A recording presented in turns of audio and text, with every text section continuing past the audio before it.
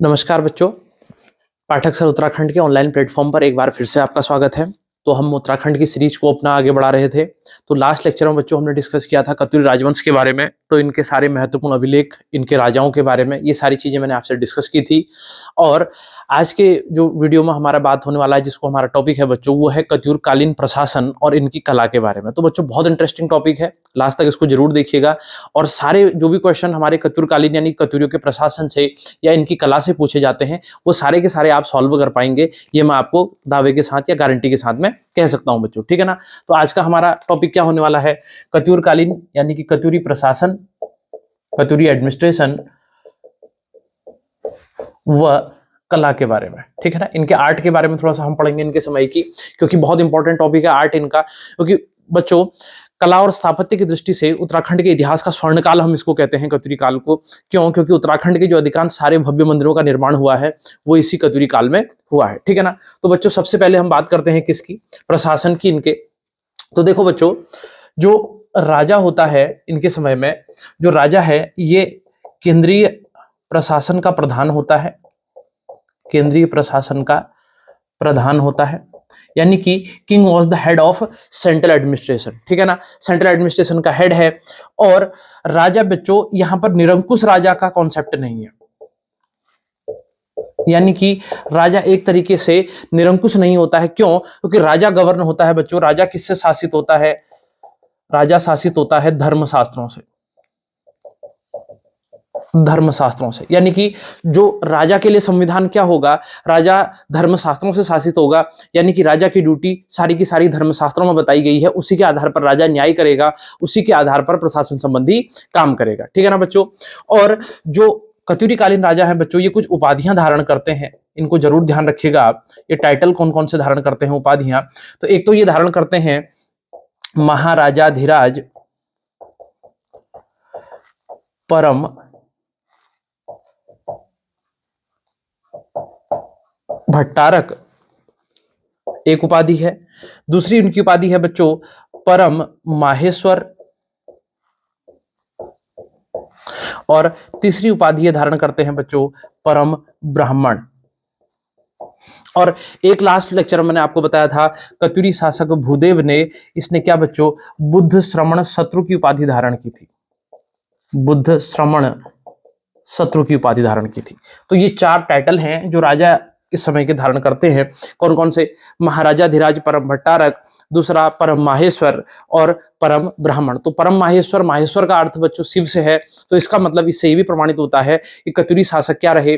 शैव मत के अनुयायी रहे। लेकिन यहां पर एक आप चीज ध्यान रखना कि जब शंकराचार्य का आगमन हुआ, शंकराचार्य के आगमन से पूर्व, आगमन से पूर्व ये बौद्ध धर्म से प्रभावित थे, बौद्ध धर्म के प्रभाव में थे। और शंकराचार्य के आगमन के बाद ये शैव मत के अनुयायी हो गए। क्या हो गए? ये शैव मत के अनुयायी हो गए। अब बच्चों देखो, राजा अपनी सहायता के लिए बहुत सारे मंत्रियों व अधिकारियों की नियुक्ति करता है। तो इसमें से कुछ प्रमुख अधिकारी वगैरह हमको इनके नाम देखने हैं। ठीक है ना। तो इसको आप नोट डाउन कर लीजिएगा या इसका स्क्रीनशॉट ले लीजिएगा। आगे मैं बढ़ता हूं। तो देखो बच्चों, केंद्रीय प्रशासन का प्रमुख क्या है? राजा है। अब इनका प्रशासन फिर क्या होता है? प्रांतों में विभाजित होता है। सबसे ऊपर क्या है बच्चों? राज्य है। राजा तो सेंट्रल एडमिनिस्ट्रेशन का हेड है राजा। तो राज्य, और राज्य विभिन्न प्रांतों में विभाजित है, यानी कि state was divided in various provinces. प्रांतों में विभाजित, तो अलग अलग प्रांत है। और प्रांतों का जो मुख्य अधिकारी होता है बच्चों, ये होता है उपरिक। कौन होता है? प्रांतों का प्रमुख अधिकारी होता है उपरिक। और इसकी स्थिति गुप्त काल में बच्चों प्रांतपति के समान थी। गुप्त काल में एक अधिकारी का नाम हमको मिलता है प्रांतपति, तो उसी के समान है उपरिक। और उपरिक के अधीन, उपरिक के अधीन आयुक्त होते थे।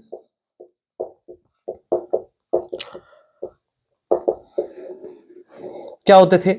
उपरिक के अधीन विभिन्न आयुक्त होते थे। फिर बच्चों देखो, जो प्रांत है ये प्रांत फर्दर डिवाइडेड होता है विषय में, विषय मतलब आज का आप जिला समझते हैं, और विषय का जो प्रमुख हेड होता है ये होता है बच्चों विषयपति।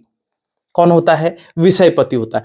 और विषय के नीचे जो होते हैं बच्चों, इधर मैं लिख दे रहा हूं प्रांत के नीचे विषय, और विषय के नीचे क्या है बच्चों? ग्राम, गांव। यानी कि एडमिनिस्ट्रेशन की जो सबसे स्मॉलेस्ट यूनिट है बच्चों ये क्या है? गांव है, ग्राम है। और ग्राम का जो प्रमुख अधिकारी होता है ये महामनुष्य होता है।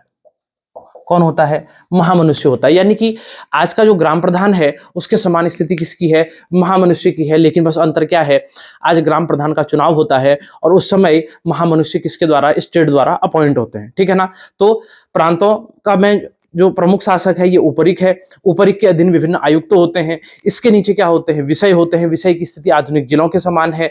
विषय का प्रमुख अधिकारी विषयपति होता है, और विषय के नीचे बच्चों ग्राम होते हैं, और ग्राम का सबसे प्रमुख अधिकारी कौन होता है? महामनुष्य होता है, जिसकी स्थिति ग्राम प्रधान के समान रही है। तो इस फ्लो चार्ट को भी आप बना सकते हैं, इससे आपको थोड़ा सा जानने में आसानी होगी बच्चों। ठीक है ना? तो अब आगे बढ़ते हैं बच्चों।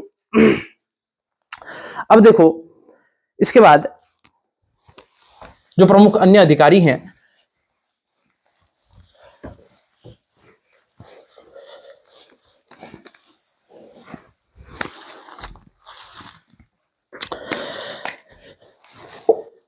एक अधिकारी होता है बच्चों प्रांतपाल। ठीक है ना? क्या होता है? प्रांतपाल। तो ये राज्य की सीमाओं की सुरक्षा करता है, सीमाओं की सुरक्षा का कार्य करता है। ठीक है ना? जो स्टेट बाउंड्रीज हैं उसको प्रोटेक्ट करने का काम किसका है? प्रांतपाल का। दूसरा एक अधिकारी है बच्चों जिसका नाम है घट्टपाल। तो घट्टपाल पहाड़ी प्रवेश द्वारों का रक्षक होता है। पहाड़ी प्रवेश द्वारों का रक्षक होता था। कौन होता था? प्रांतपाल, घट्टपाल पहाड़ी प्रवेश द्वारों का रक्षक होता था। फिर एक अधिकारी होता था बच्चों जिसका नाम है तरपति। तरपति ये इसके दो नाम जग काम हमको मिलते हैं। एक तो ये नावों का अधिकारी है। अब नाव पर्वतीय क्षेत्रों में तो चल नहीं सकती थी, तो पर्वतीय क्षेत्रों में ये बच्चों नदी घाटों पर कर वसूल करता था। क्या होता था? पर्वतीय क्षेत्रों में ये नदी घाटों पर कर वसूल करने का कार्य करता था। तो तरपति क्या है? नावों से संबंधित अधिकारी है। फिर एक नाम हमको और मिलता है बच्चों, अगला अधिकारी है प्रमावतार। ये लास्ट टाइम लेक्चर स्क्रीनिंग के एग्जाम में पूछा गया था। तो प्रमावतार बच्चों भूमि की मापजोख करने वाला अधिकारी है।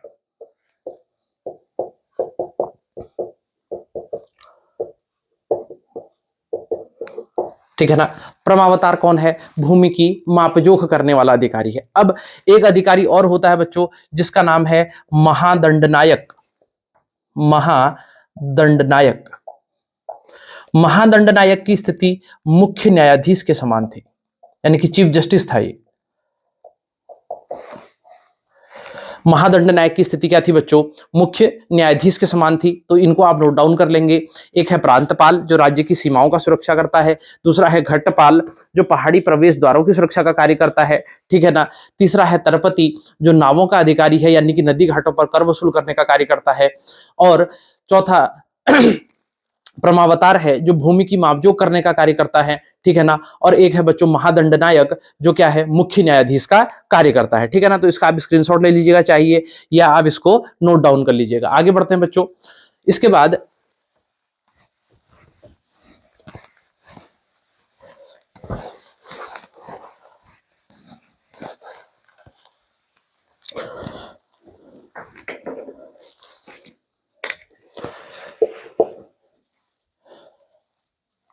एक अधिकारी होता है बच्चों जिसका नाम है दंडपाशिक।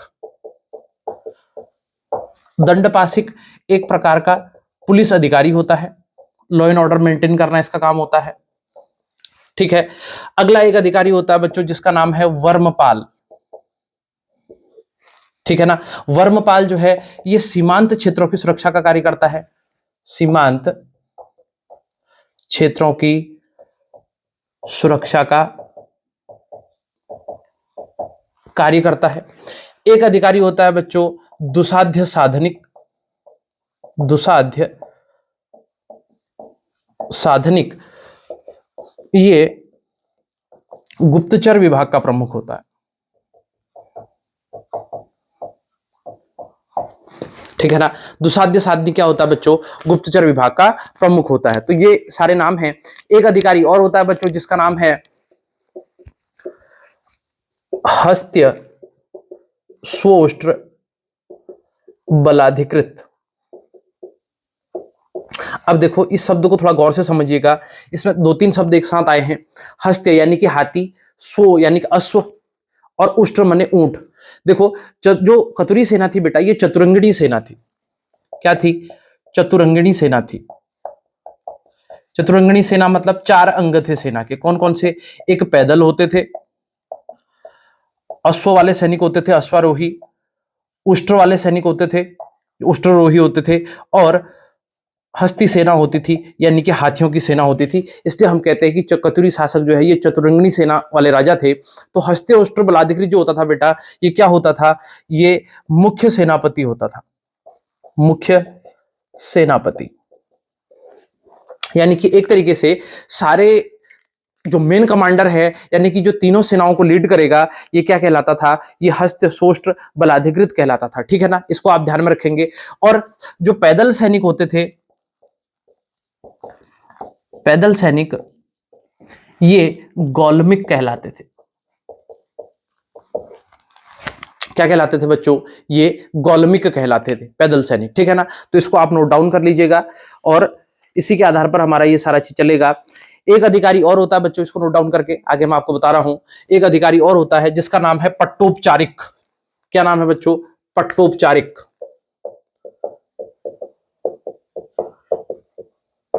ये क्या करता था? ये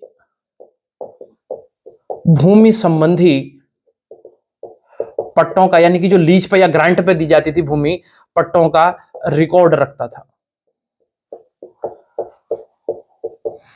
इसका मुख्य का क्या काम है कि भूमि संबंधी जो भी पट्टे हैं उनका अकाउंट कौन रखेगा? पट्टोपचारिक नाम का अधिकारी रखेगा। तो ये कुछ बच्चों हमारे और इंपॉर्टेंट अधिकारी हो गए, तो इनका नाम आप ध्यान में रखिएगा। ठीक है ना, आगे बढ़ते हैं बच्चों।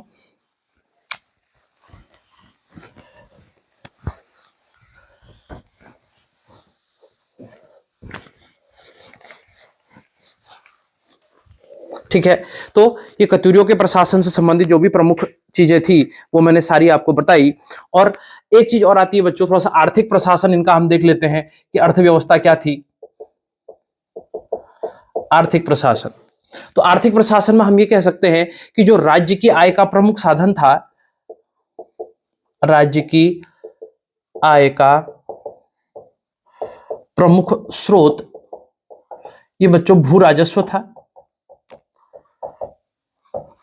और जो मुख्य व्यवसाय था लोगों का, मुख्य व्यवसाय ये बच्चों कृषि था। ठीक है ना, तो राज्य की आय का मुख्य स्रोत क्या था? भू राजस्व। तो पहला राज्य की आय का मुख्य स्रोत हो गया भू राजस्व। दूसरा स्रोत बच्चों, राज्य को वन्य उत्पादों व खानों से भी आय होती थी, वह खानों से आय होती थी। ठीक है ना, यानी कि income from forest produce and mines. तीसरा बच्चों, राज्य को भूतांत्रिक व्यापार से आय होती थी।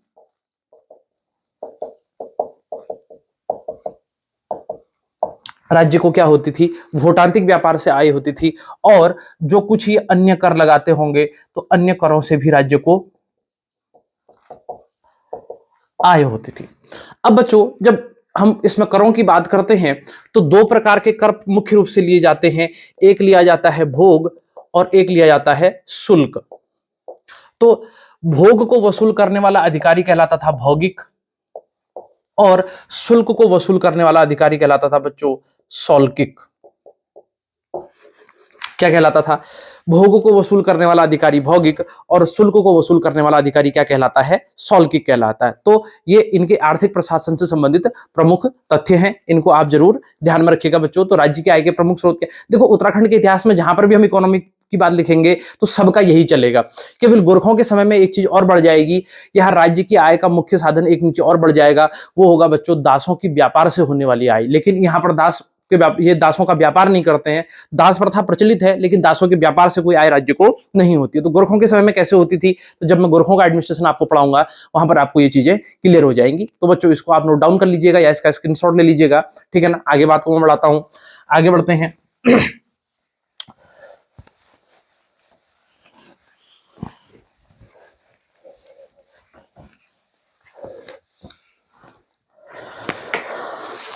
अब बात आती है बच्चों कला की।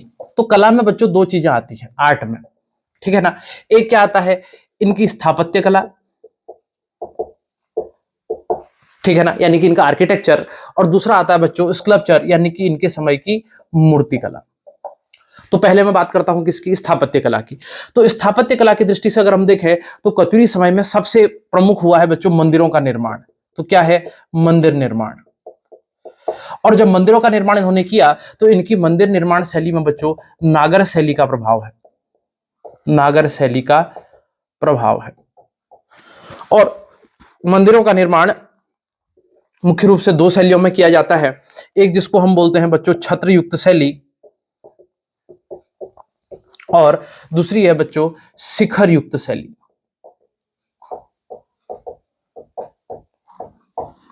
कौन कौन सी शैली, एक छत्र युक्त शैली और दूसरी है बच्चों क्या, शिखर युक्त शैली, ठीक है ना। तो अब थोड़ा सा बोर्ड में नीचे जगह कम है तो मैं इसको फिर से ऊपर से चार्ट बनाऊंगा, तो इससे हम आगे बात को कंटिन्यू करेंगे।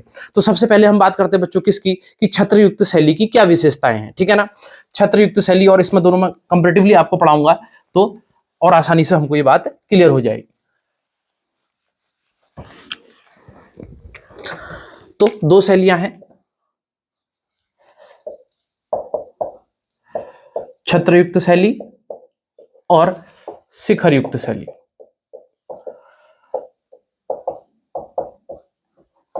अब छत्रयुक्त शैली के मंदिरों की विशेषता क्या है बच्चों, छत्रयुक्त शैली के मंदिरों में जो मंदिर का शीर्ष भाग होता है, मंदिर का शीर्ष भाग काष्ठ व पाषाण से निर्मित होता था, पाषाण से निर्मित, परंतु काष्ठ का उपयोग अधिक है, काष्ठ का उपयोग अधिक होता था। पहला पॉइंट। दूसरा पॉइंट बच्चों, इस छत्रयुक्त शैली को हम पैगोड़ा प्रकार के मंदिर भी कहते हैं।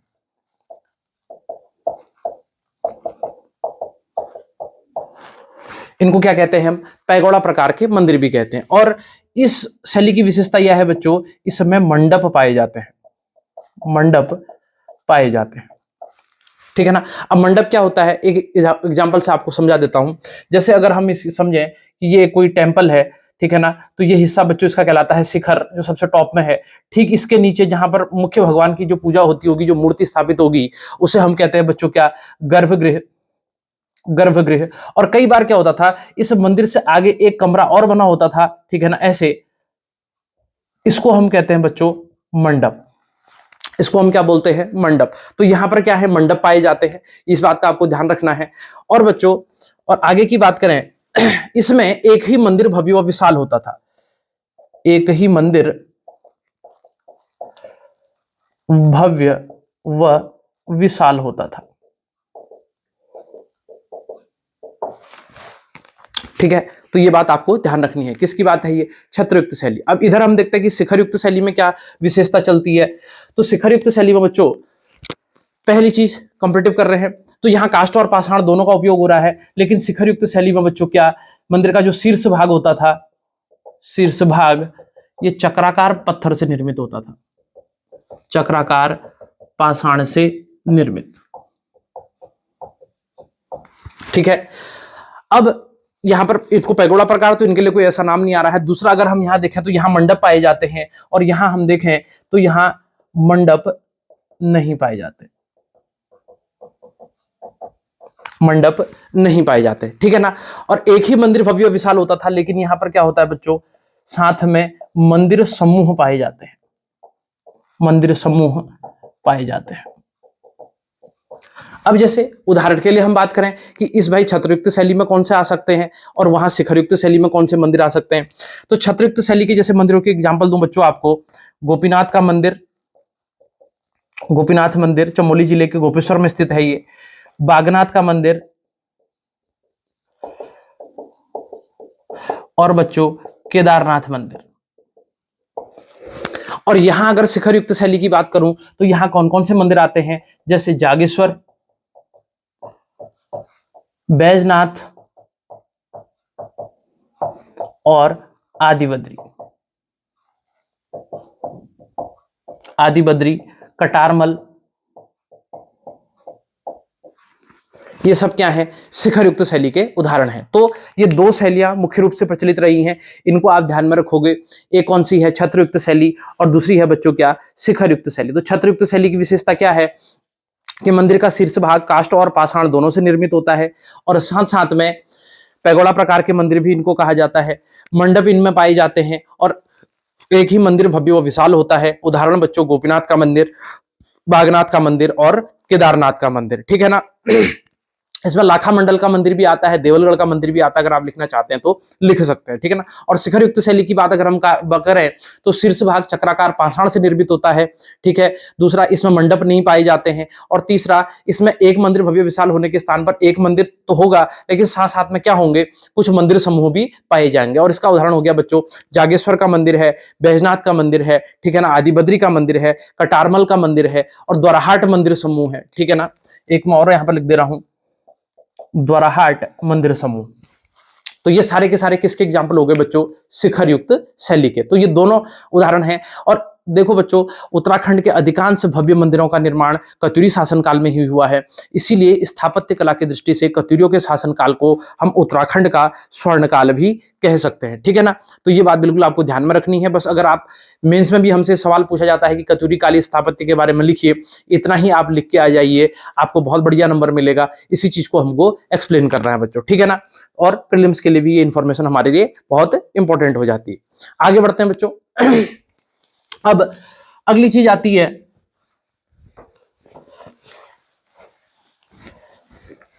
मूर्तिकला, यानी कि स्कल्पचर। अगली बात हम किसकी करते हैं, मूर्तिकला। मूर्तिकला, तो मूर्ति का निर्माण जो होता है बच्चों, मूर्तियों का निर्माण धातु से भी किया जाता है, यानी कि मेटल का यूज भी करते हैं। पाषाण से भी किया जाता है, यानी कि पत्थर का भी उपयोग होता है, ठीक है ना। और पाषाण में भी बच्चों मुख्य रूप से दो प्रकार के पाषाणों का उपयोग होता है, एक लाल बलुए पत्थर का और एक हरे बलुए पत्थर का। दो प्रकार के बलुए पत्थरों का उपयोग ये करते हैं, एक लाल बलुए पत्थर का उपयोग करते हैं और बच्चों एक हरे बलुए पत्थर का उपयोग करते हैं, ठीक है ना। अब देखो बच्चों, इस समय एक मूर्ति हमको प्राप्त हुई है कालीमठ से। कालीमठ रुद्रप्रयाग में है। तो कालीमठ से प्राप्त हरगौरी की मूर्ति है ये। हरगौरी की मूर्ति मतलब भगवान शिव और पार्वती की मूर्ति। अब मैं इसका चर्चा केवल क्यों कर रहा हूं, आगे जब मैं उत्तराखंड का आपको कल्चर पढ़ाऊंगा तो वहां हम सब इसको डिटेल में पढ़ेंगे, लेकिन यहां पर के हिसाब से केवल इतना ही हमको ध्यान में रखना है। तो कालीमठ से प्राप्त हरगौरी की मूर्ति के संदर्भ में बच्चों राहुल सांकृत्यायन ने एक रिमार्क दिया है, यानी कि एक अपना कंसिडरेशन दिया है, वो बहुत इंपॉर्टेंट है। वो क्या है, राहुल सांकृत्यायन ने ये कहा, राहुल सांकृत्यायन ने कि इतनी सुंदर हरगौरी की मूर्ति मैंने संसार में अन्यत्र कहीं नहीं देखी है। देखो, अगर कोई आदमी इस बात को कहता शायद हम न भी मानते, लेकिन जब राहुल सांकृत्यायन कह रहे हैं, क्यों, क्योंकि सबसे ज्यादा घूमने वाले लोगों में से एक है दुनिया में ये, और इन्होंने विभिन्न जगह की संस्कृति का अध्ययन किया है, इतिहास का अध्ययन किया है, स्थापत्य का अध्ययन किया। तो इस आधार पर ये कह रहे हैं कि मैं कहीं भी दुनिया में गया, इतनी सुंदर हरगौरी की मूर्ति भाव भंगिमाओं के पॉइंट ऑफ व्यू से या आर्ट के पॉइंट ऑफ व्यू से मैंने संसार में अन्यत्र कहीं नहीं देखी है जितनी मैंने कालीमठ में की जो हरगौरी की मूर्ति देखी है, ठीक है ना। तो इस बात को आप ध्यान में रखोगे। और बच्चों, मूर्ति निर्माण के प्रमुख केंद्र, मूर्ति कला के प्रमुख केंद्र कौन कौन से थे, ये भी इंपॉर्टेंट है, इसको ध्यान में रखना। तो बच्चों, एक तो था जोशीमठ, गंगाद्वार, ठीक है ना, लाखा मंडल। चौथा बच्चों जागेश्वर, ठीक है। जोशीमठ, गंगाद्वार, लाखा मंडल, जागेश्वर, ये सब क्या हैं। और एक श्रीनगर भी है बच्चों, अगर आप लिखना चाहते हो उसको भी लिख सकते हैं, पांचवा श्रीनगर, ये सब कत्यूरी शासन काल में मूर्ति निर्माण के प्रमुख केंद्र थे। ठीक है ना। तो अगर हमसे पूछा गया कि निम्न में से कौन सा एक कत्यूरी साम्राज्य के दौरान मूर्ति निर्माण का प्रमुख केंद्र था, तो इन 5 ऑप्शंस में ही आपको आंसर मिल जाएगा। इसके अलावा अन्य जगह पर आपको जाने की जरूरत नहीं है। तो ये सारी बात होगी बच्चों किसके बारे में, मूर्तिकला के बारे में। अगर हम लाल बलुए पत्थर की मूर्ति की बात करें तो लाल बलुए पत्थर की मूर्ति बच्चों हमको कहां से मुख्य रूप से ऋषिकेश से प्राप्त हुई है, ऋषिकेश से प्राप्त हुई है। ठीक है ना। तो ये इनको हम डिटेल में ज्यादा उत्तराखंड का जब स्थापत्य कला पढ़ेंगे संस्कृति में तो वहां इसकी बात करेंगे, लेकिन ये इतनी बात भी बहुत जरूरी है हमारे प्रीलिम्स और मेंस दोनों के पॉइंट ऑफ व्यू से। तो इसको बच्चों आप ध्यान में रख लीजिएगा, नोट डाउन कर लीजिए या इसका स्क्रीन शॉट ले लीजिए। ठीक है ना। अब लास्ट टॉपिक इसके अंदर हमारा आता है बच्चों कत्यूरी साम्राज्य का पतन। अब इतने बड़ा साम्राज्य का पतन कैसे हुआ होगा, थोड़ा सा ये भी देखने की बात है। ठीक है ना।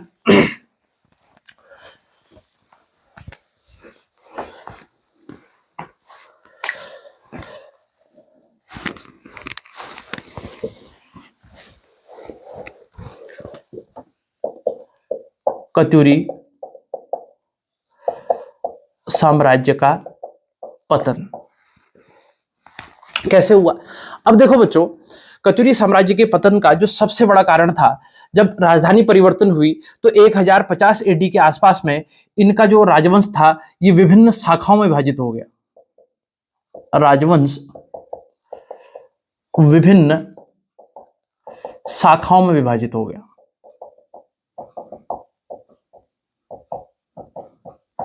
ठीक है। जैसे एक शाखा इनकी बन गई अस्कोट में, जो पालवंशी शासक कहलाए।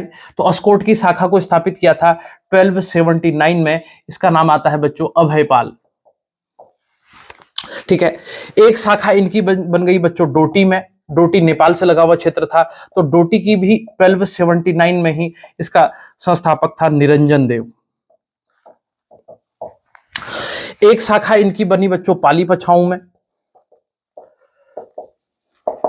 पाली पछाऊ यानी कि द्वाराहाट क्षेत्र। अब इसका संस्थापक कौन था, तो मैंने लास्ट टाइम आपको बताया था पाली पछाऊ शाखा में इस राजवंश का संस्थापक आसंती देव को माना गया है। तो अब यह हो सकता है कि आसंती देव के समय पर पाली पछाऊ शाखा अलग हुई होगी, ये बहुत हद तक हो सकता है, लेकिन इसके भी कंफर्मेशन हमारे पास नहीं है। ठीक है। लेकिन पाली पछाऊ वाली शाखा के जो प्रमुख केंद्र थे प्रशासन के, इसके प्रशासन के जो प्रमुख केंद्र थे, प्रमुख केंद्र ये लखनपुर और वैराट थे। क्योंकि जागर गाथाओं में हमको एक उल्लेख मिलता है आसन वाका, वासन वाका, सिंहासन वाका, लखनपुर वाका, वैराट। ठीक है ना। यानी कि जिसका आसन, वासन, और आसन मतलब बैठने का स्थान, वासन मतलब वस्त्र भी होता है। ठीक है ना। और सिंहासन यानी कि राजा का बैठने का जो कुर्सी होती है या जो उसकी चेयर होती है, उसका जो क्या होता है सिंहासन होता है, ये कहाँ है, लखनपुर और वैराट में है। तो लखनपुर और वैराट को बच्चों वर्तमान के रामनगर का जो ढिकुली क्षेत्र है इस वाले रीजन को माना जाता है। ठीक है ना। एक शाखा इनकी शासन करने लगी बच्चों बारामंडल में। बारामंडल ये अल्मोड़ा और नैनीताल का संयुक्त क्षेत्र था। अल्मोड़ा और नैनीताल। ठीक है ना। तो पहला कारण क्या हो गया कि इनका राजवंश विभिन्न शाखाओं में विभाजित हो गया, तो इस वजह से इस राजवंश का पतन प्रारंभ हुआ। तो पहला कारण बच्चों इसमें से ये अस्कोट और डोटी के शाखा के संस्थापक का नाम आप याद कर लीजिएगा। और एक चीज मैं और बता दूं बच्चों, फिर डोटी की शाखा भी बहुत सारी शाखाओं में विभाजित हुई। जैसे डोटी के शासक क्या कहलाते थे बच्चों, ये मल्ल कहलाते थे। ठीक है ना। आगे चल करके इसमें से एक और शाखा निकली, इसके शासक शाही कहलाए। ठीक है ना। मल्ल और शाही ये दोनों डोटी में रूल करते थे। आगे चल करके बच्चों सौर में एक बम शासक आए, और सौर के जो बम शासक थे इनकी राजधानी उदयपुर थी। उदयपुर मतलब पिथौरागढ़ में एक जगह है ये। ठीक है ना। पिथौरागढ़ के पास में ये किला हुआ करता था, उदयपुर कोट इसका नाम था। तो बम शासकों की राजधानी उदयपुर कोट में थी। ठीक है ना बच्चों। तो राजवंश विभिन्न शाखाओं में इत्तों में विभाजित हो गया है, इसको आप ध्यान में रखोगे। जैसे अब पाली पछाऊ इसलिए बेटो देखो द्वाराहाट को मंदिरों की नगरी कहा जाता है उत्तराखंड में। कारण क्या है, क्योंकि पाली पछाऊ के शासकों ने द्वाराहाट में बहुत सारे मंदिरों का निर्माण कत्यूरियों ने वहां पर करवाया है। जैसे इस शाखा के प्रमुख शासक थे सुधाकर देव है, सुधांग देव है, विजयपाल देव है। ठीक है ना। ये इसके क्या रहे हैं, प्रमुख शासक रहे हैं। तो सुधाकर देव ने ही बच्चों क्या दूनागिरी मंदिर की भी स्थापना करवाई थी। ये मैं आगे आपको आने वाले समय में बताऊंगा, तो इसको आप लिख लीजिएगा, नोट डाउन कर लीजिएगा। मैं आगे बढ़ता हूं। दूसरा कारण रहा बच्चों नेपाल, पश्चिमी नेपाल से होने वाले आक्रमण। दूसरा कारण पश्चिमी नेपाल से होने वाले आक्रमण, invasions from western Nepal region, ठीक है ना। तो दो आक्रमण हुए, एक हुआ बच्चों 1191 एडी में, इस आक्रमण को किया अशोक चल्ल ने। अशोक चल, तो आप कहोगे सर कहां से जानकारी मिलती है, तो गोपेश्वर के त्रिशूल अभिलेख से,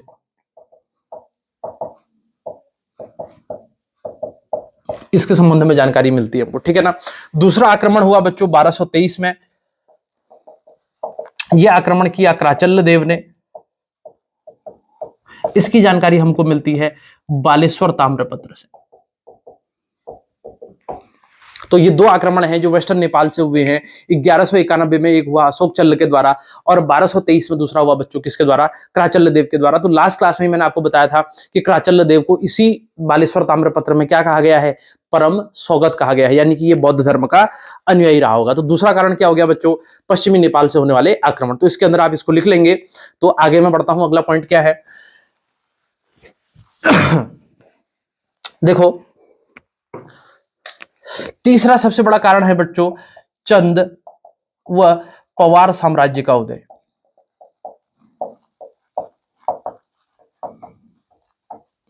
ठीक है ना।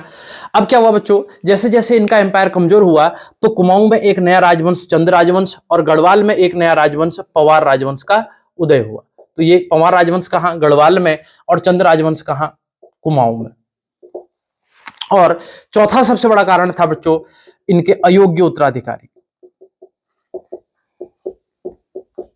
अयोग्य उत्तराधिकारी यानी कि इनकम्पिटेंट सक्सेसर्स। ठीक है, तो ये चार इनके सबसे प्रमुख कारण हैं जिसके कारण कतुरी साम्राज्य का, यानी कि इतने गौरवशाली साम्राज्य का बच्चों क्या हुआ, पतन हुआ। तो देखो अयोग्य उत्तराधिकारी तो किसी भी राजवंश के पतन में सबसे प्रमुख कारण होता है। जैसे अशोक की मृत्यु के बाद केवल 50 वर्ष में ही मौर्य साम्राज्य का पतन हो गया। क्यों? क्योंकि अशोक के उत्तराधिकारी उतने योग्य नहीं थे जितना चंद्रगुप्त मौर्य था, बिंदुसार था या अशोक खुद था। ठीक है ना। तो इसी वजह से ऐसा ही इनका भी रहा। तो जैसा भूदेव है जितना प्रतापी शासक ललित सूर्यदेव है, जितना प्रतापी शासक इष्टगणदेव है, उतने प्रतापी शासक ये नहीं रहे आने वाले उत्तराधिकारी। तो इस वजह से इनका साम्राज्य क्या हुआ बच्चों, कमजोर होता हुआ चला गया। ठीक है ना। तो ये सारी बातें मैंने आपको बताई कतुरी साम्राज्य के कंटेक्स्ट में। तो बच्चों इसको आप एक बार देख लीजिएगा, और अगर आपको इसमें किसी बात का कोई कंफ्यूजन हो तो अब आप हमको कमेंट कर सकते हैं हमारे कमेंट सेक्शन में, और pathak@gmail.com पर आप मेल करके भी हमसे डायरेक्ट क्वेश्चन पूछ सकते हैं। या आपको किसी विषय पर स्पेसिफिक जानकारी इसमें चाहिए हो, आपको कोई वीडियो चाहिए हो, आप उस हमको डिमांड कर सकते हैं कि सर इस चीज पर थोड़ा सा समझा दीजिए, एक्सप्लेन कर दीजिए, तो मैं उस चीज को बढ़िया से आपके लिए और एक्सप्लेन कर दूंगा। वैसे मैंने कोशिश तो की है पूरी की पूरी की इसमें आपको अच्छे से समझा पाऊं, लेकिन कोई बात फिर भी कहीं पर समझ में ना आई हो तो उसको आप दोबारा हमसे पूछ सकते हैं, मैं आपको जरूर उसका रिप्लाई करूंगा। ठीक है बच्चों, तो मिलते हैं हम अपनी अगली क्लास में। तब तक के लिए आप बने रहिए पाठक सर उत्तराखंड के साथ। हमारे चैनल को लाइक कीजिए, शेयर कीजिए, सब्सक्राइब कीजिए। नमस्कार, धन्यवाद।